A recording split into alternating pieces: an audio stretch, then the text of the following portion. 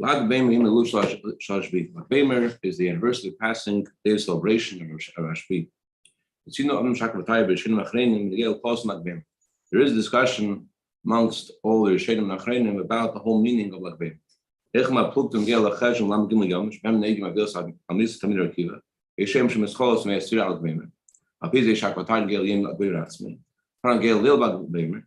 are those who say there's also discussion about the time of mourning, when exactly time of mourning ends for the passing of the students of Akiva. Some say that the mourning begins from the beginning of Sfira until the 33rd day of the Baomer itself. Therefore, the 33rd day of the Baomer itself should be part of the time of mourning, especially the night of Lag Baomer. There is that opinion. There is another opinion which says time of mourning for the students of Akiva begins from the first day of Iyar until the end of Sfira.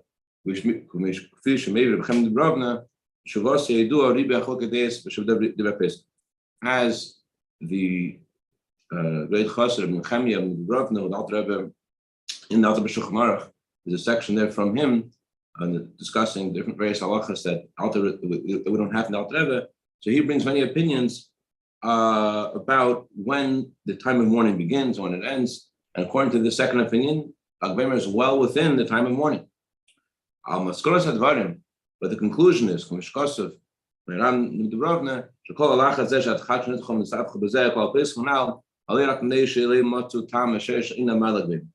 all this discussion, these various codifiers have about what Lag Baomer is, they can't find the source of Lag Baomer. He says the real thing, Lag Baomer, is what we have from the holy mouth of the Arizal, that's a day when Rashbi passed away. For some, when public knowledge doesn't need any proofs, what's special about Lag Baomer? You could discuss whether that is the time of the end of mourning for the students of Rabbi Akiva. What's clear is that this is the day of the passing of Rashbi. That's the main idea of Lag Baomer. To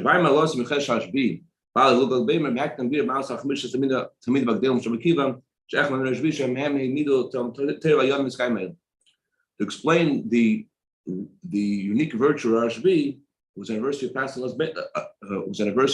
Lag Baomer, to first explain the virtue of all the other students of Rabbi Akiva who survived. And as Gemara says, that these 5 students who survived, they're the ones who are responsible for all the Torah we have today. And the reason the world exists is because of these 5 students. The words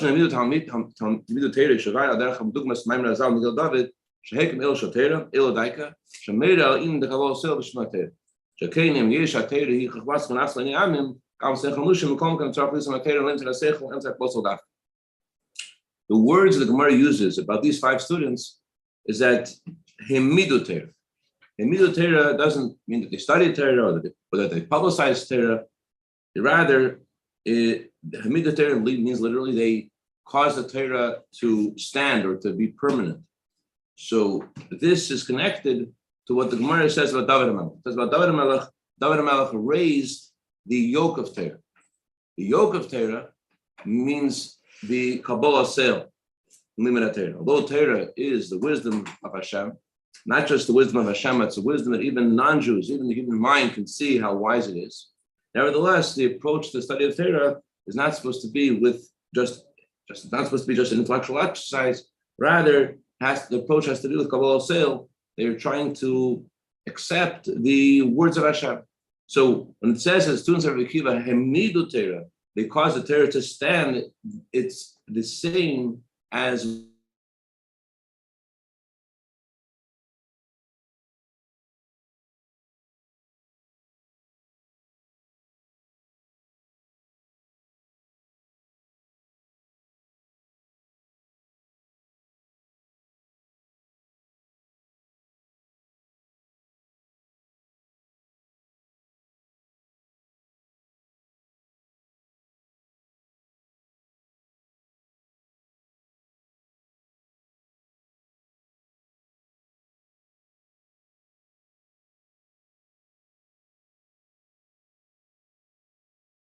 what the Gemara says, or similar to what it says Torah.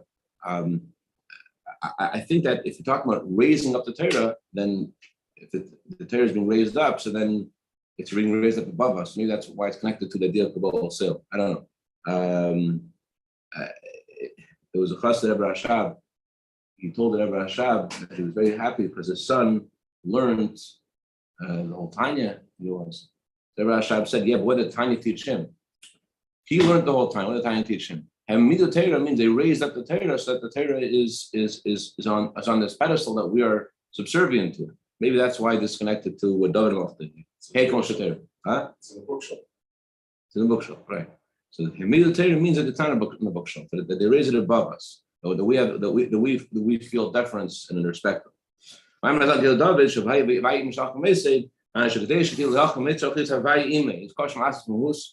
Hashem Avaya Hoy Hoy Kechad the Az Nas Limit Ter Lein Ter Sechon Ter Kvosel Vishamayim Yosha Teri Khmosen Sechon Baruch. Says about David HaMelech, Hashem is with him, the halacha follows him. These two phrases are connected. In order that the halacha should follow David, he needs God to be with him. It's because he's connected to Hashem's essence. Yuke Vavke doesn't just mean it's not like any other names of Hashem.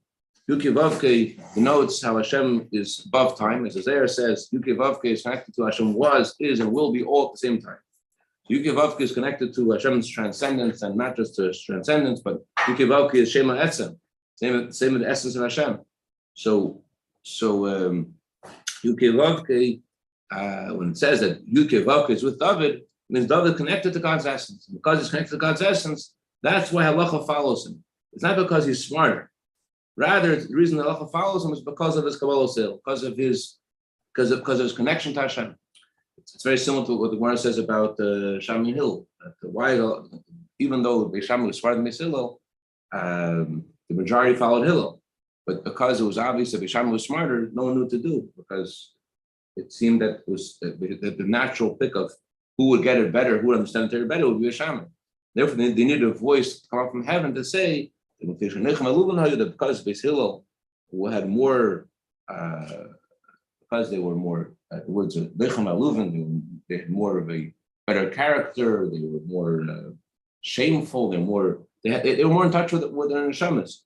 Therefore, the halacha follows them. In order to be able to get to the halacha, you have to have Kabbalah sale. It's not the phenomena that the greatest sages of Israel are the greatest tzaddikim. It's connected to each other. You can have a lot of other people that learn Torah and they don't get the halacha. In order to understand the halacha, to appreciate what's the right thing Hashem wants, it requires Kabbalah sil. That Kabbalah sil, you're not going to get to the halacha. So David HaMelech, because David is connected to the infinite light of Hashem, connected to God's essence. That's what halacha follows down. So to these tzaddikim, the 5 students that we keep that survive, why is it the halacha follows them? Because they had this Kabbalah sil. Because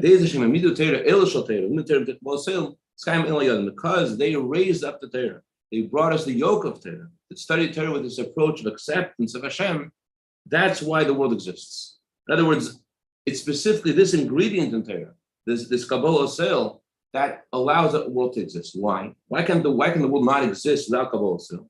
Kabbalah sil is, you think it's something that you put in your Hasidic brownie points. I also have Kabbalah sil.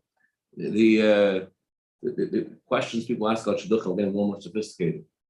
They don't ask that's a pretty open-ended question. Does he have Kabbalah sil? Does he daven b'aveda? Does not? So it says over here, why is it the world exists? The world exists because of the Kabbalah sil. And then without the Kabbalah sil, the world would not exist. The question is, what is it about the Kabbalah sil that allows the world to exist? Without the Kabbalah sil, without the acceptance of the yoke of Hashem, the world cannot exist.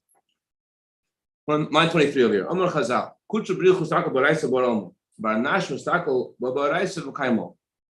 Gemara says, God looked in the Torah and created the world. People, human beings looked in the Torah and they caused the world to continue to exist.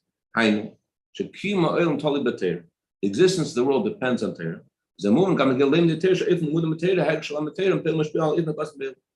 So, if the world exists because of Torah, Torah is a blueprint for creation. God looked in the Torah to create the world. So, too, regarding people who study Torah, the way they study the Torah, the way they feel about the Torah, that impacts the way they act in the world. Their world is created by their Torah. So when you study Torah with a sense of Kabbalah Sil, that God is with you, that affects the way you act in the world. That even after you depart out to go into the world, after you daven, after you study Torah, and now you are making a journey which is similar to the soul's descent to the world. You're going from a great height to a deep pit. Just yesterday, a letter, I would tell someone why they should daven in shul, because the Rebbe says the air in the shul is more pure. It's more pure air in the shul. Unlike the air of Miami, which who knows what's going on over there. Even in shul. The air in shul is more edel. Therefore, the Rebbe says it's important to daven in shul, especially if you have the shul over there. I think if you pay attention to the difference between shul, it's actually powerful. Yeah, it's a very, very tangible difference you're saying. Yeah. So even there's no meaning, the Rebbe says it is an advantage out in shul, because especially halachically you're supposed to go to shul anyways. But as long as you have a phone, that's true. But the words Rebbe says over here is very unique words. These are the words that Chassidus uses to describe the Neshama's descent to the world. Neshama descends from a great height, to high roof, to a deep pit. So a similar thing happens when davening is over. Something that Michal Mordechai always spoke about happens after davening. So what's the advice Rebbe is telling us so that our after davening should be different? When we leave the great heights of davening, we go to the deep pit. When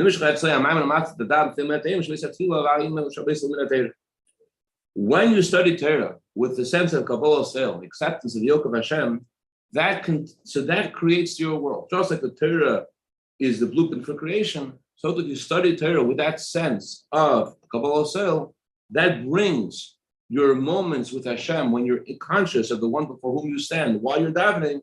That brings that sense of God being with you when you're studying Torah. You feel Hashem's presence. You feel that you're saying the words of Hashem, that you're just repeating the words of Hashem while you study Torah. As the Gemara says, whenever a person studies Torah, God studies Torah with you. So those holy moments, you feel that you're in front of Hashem, God's with you, that continues out into your world, because your world is created by your Torah study.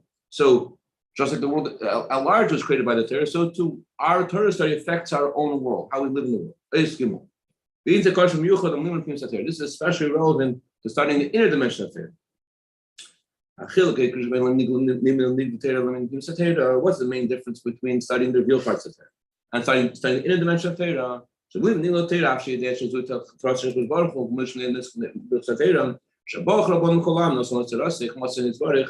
Although when you study the revealed parts of Torah, you know it's God's words, as we say the bracha before studying Torah, that He's chosen us from all nations and given us this Torah. You know it's God's will and wisdom. Nevertheless, while you're learning, what are you learning about? You're learning about Gashmi.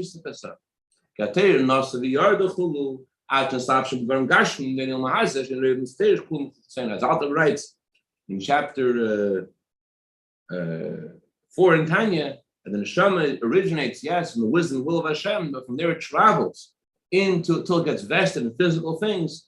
And most mitzvahs are all about the physical. So while you're studying about Shnayim Echs and Matalis,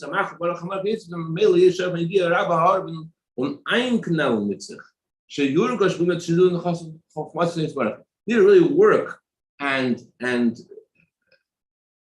inculcate in yourself this idea that the Torah is the wisdom and will of Hashem. It requires a conversation with yourself that what you're doing is actually godly, because you're not talking about Hashem, you're talking about a bull and a donkey, and they got switched, about these people fighting over a talus. So to feel that this is the wisdom and will of Hashem, that requires some Aveda, requires some understanding and meditation.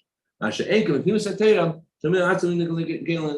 a lot easier when you're studying about the inner dimension of Torah. When you study the inner dimension of Torah, so then you're talking about godliness. You're not talking about bulls and cows and fights. The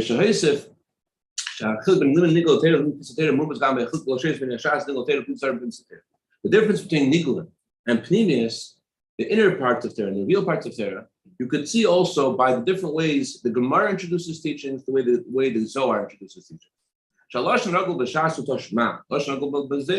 Whenever the Gemara introduces a teaching, it says, come and hear. Whenever the Zohar introduces a teaching, it says, come and see.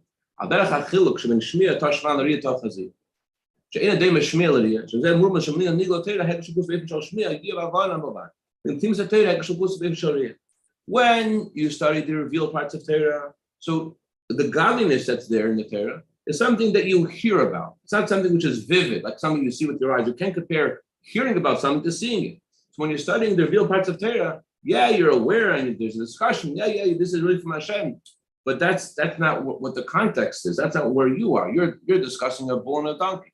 So in the background somewhere, it's something you hear about. In the background, this is God. However, in the inner dimension of Torah, Torah Chazi, it's more obvious, the godliness in the inner dimension of Torah, and that's why it says, come and see, that you could see godliness in the dimension of Torah. It's obvious, that you can, it's clear. I love how in the vernacular of Jews, you could see their perspective of what Torah is unbelievable.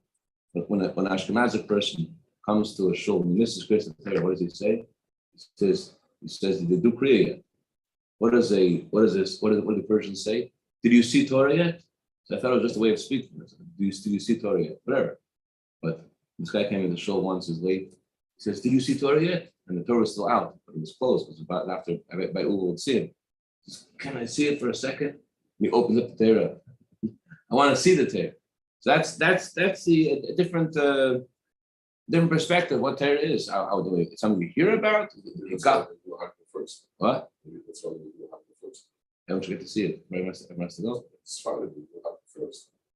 Right. Sure. Maybe that's why.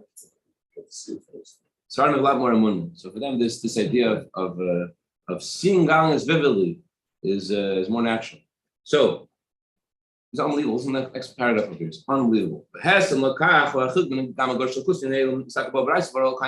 Depending upon your study of Torah, that's how much you'll feel godliness in your world.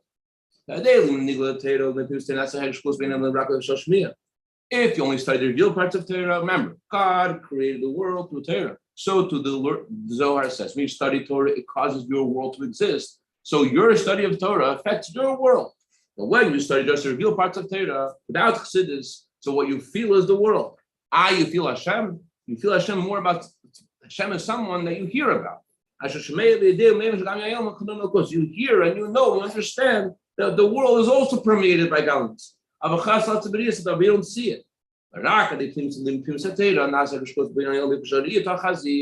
studying the inner dimension of Torah can you feel godliness in a vivid way. So that you see it, as the Zohar says, come and see. So when the Zohar is telling us, inviting us, come and see, they're not just talking about seeing Hashem in the Torah. The Zohar is inviting us to come and see godliness in the world, because your world is created by your Torah study. So when you study the inner dimension of Torah, that trickles down to your day-to-day. How much do you feel Hashem in your Torah study? And how much do you feel Hashem in your world, in your business? And even while you're involved in the physical, you see godliness clearly. Because you see God, you see divine providence every step of the way, where you're standing, where you're going. It's a Yiddish expression, but it means everywhere. Where you're standing, where you're going, you see the divine providence in every detail. You see this in the world in general, and you see this also in your personal area in the world. You see how God takes care of you in a good way, both in regards to your children, in regards to your health, in regards to your parnasa. You see it all. How do you see it all? You see it all through the merit of studying the dimension of Torah. So there's a major thing that we're saying here. They're saying to us a very fundamental thing about life. If you want to see divine providence in your world, you want to see Hashem show you more of Himself, and show more brachas in a clear way, and show you the dots connect in a clear way.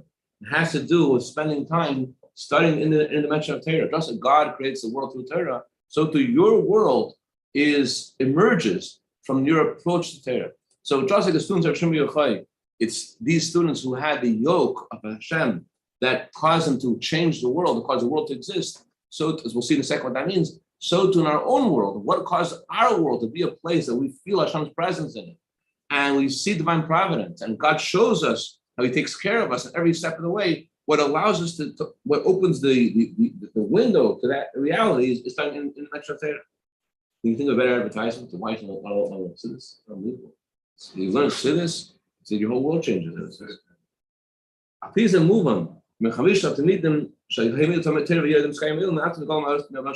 now they'll understand what impact our Torah study has on our world, and how depending upon the quality of your Torah study, if it has a connection to Hashem or if it doesn't, it affects your world.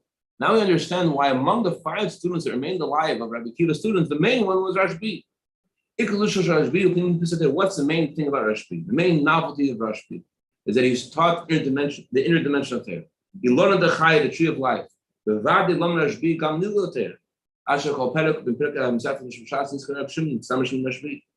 sure, Rashbi learned also the real parts of Torah. There's no other sage that you could say about them. In every chapter of the Talmud, you'll find his name. But Rashbi, you can't. Rashbi is the only sage where you find his name in every chapter of the Talmud. Avo, despite the fact that he also learned the revealed parts of Torah, but his main study was the inner dimension of Torah.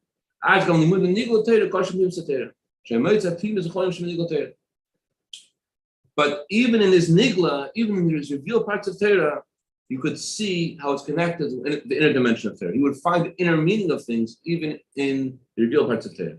It's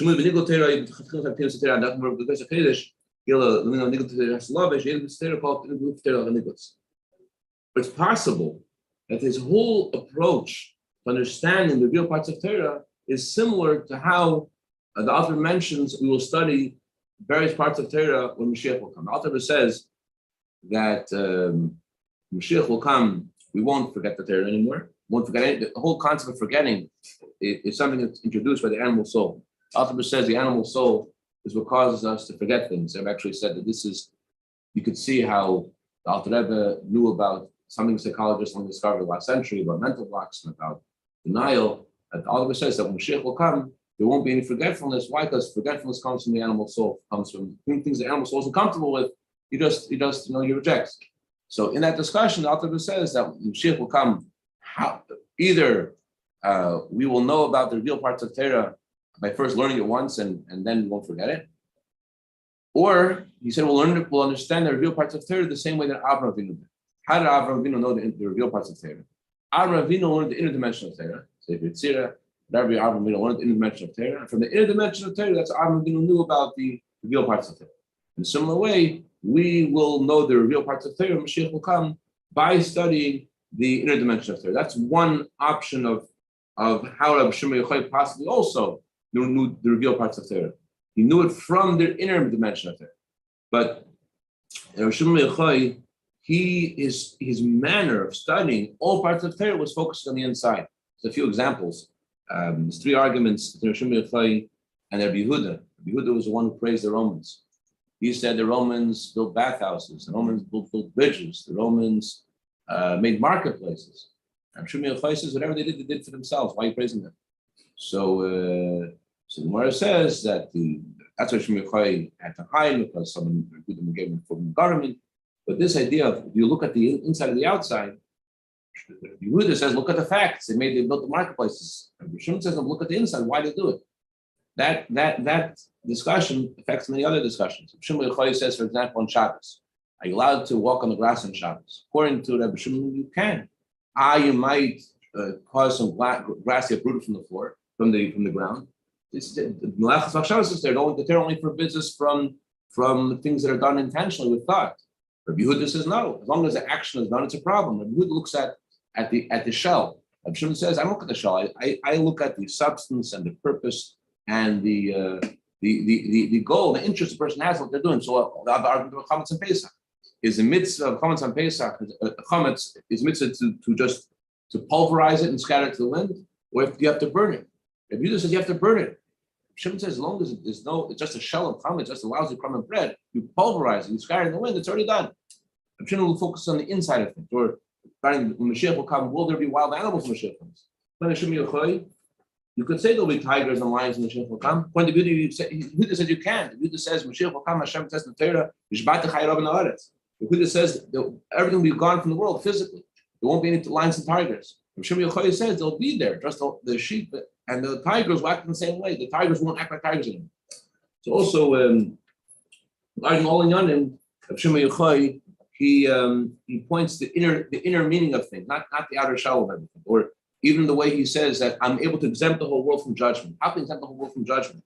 So Kiva Eger says, Kiva Eger points to another statement of Shimon Yochai about it. These people who went to this king and they told the king, we want to have a field and we'll pay you 10 bushels of wheat. So the king says, sure, they can take the field. They take the field and they work in the field, it's a barren field, they fertilize it, they water it, and garnish. Nothing happens. They manage to create one bushel of wheat. So the king says, no, what happened? They told the king, Your Majesty, you gave us this field. It was really hard. We did whatever we could. All we could do is produce a lousy one bushel of wheat. So the king says, Yodi Yitzreinu, Hashem knows the Yitzhahara. And therefore, since he knows the Yitzhahara, it doesn't matter. Says Rabbi Kiva Eger, he tells Hashem, yeah, the Jewish people they make all kinds of mistakes, but he says, I'm able to exempt the whole world from judgment. Why can I exempt the whole world from judgment? Because don't look at the outside of what they've done. Look at who they are and why they've done. So that's why he's incriminating the nations, the world, for all the good that they're doing. But look at why they're doing it. He's telling Hashem, he's defending the Jewish people and saying that no Jew belongs as a shalom in Gehenna or anything else, looking at the inner dimension. But this idea of Shimon looking in the inner dimension of things is reflected also in many, many other places in the Gemara about the way he approaches halacha as well. So because he reveals the inner dimension of Torah, that's why the world exists because of him. Why does the world exist because of him? Because just like the Zohar says, the world was created by the Torah, so too the kind of world that we have depends upon the way we study Torah. That's specifically to the inner dimension of Torah, does the world have this blessing that you see divine providence in. Hashem shows you brach in your life, l'chaim.